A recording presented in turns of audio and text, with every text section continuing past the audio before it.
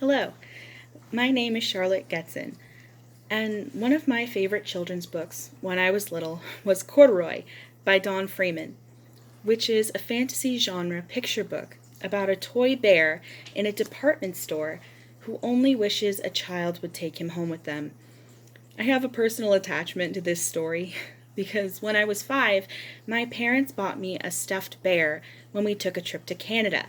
I named him Corduroy because he reminded me of the character, who I already loved, and my mom made a pair of green overalls for him too. They weren't made of corduroy, but that didn't matter to me. I actually brought him here today for you guys to see. So this is my corduroy.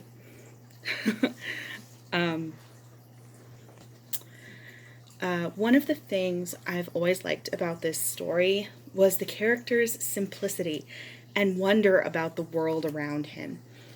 For instance, him calling the escalator a mountain and the furniture department a palace because of how large and grand they seemed to him.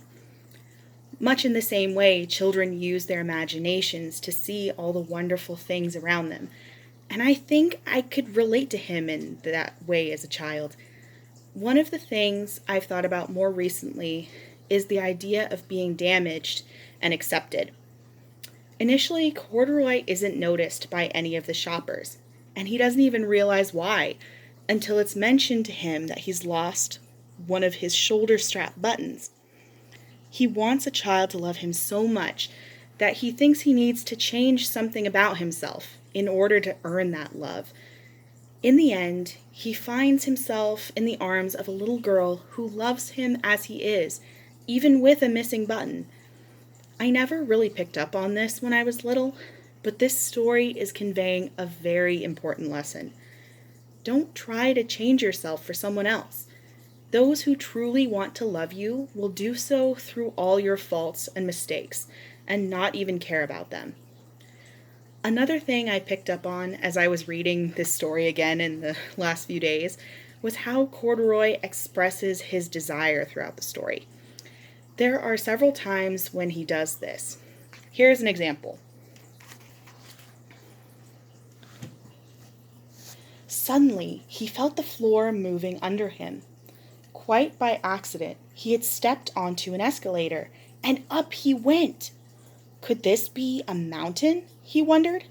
I think I've always wanted to climb a mountain. In the end of the story, though, one word changes. Here, I'll read that one now. Corduroy blinked. There was a chair and a chest of drawers, and along a girl-sized bed stood a little bed, just the right size for him. The room was small, nothing like that enormous palace in the department store. This must be home, he said. I know I've always wanted a home. By changing the word think to the word know, we're shown that what Corduroy truly wants.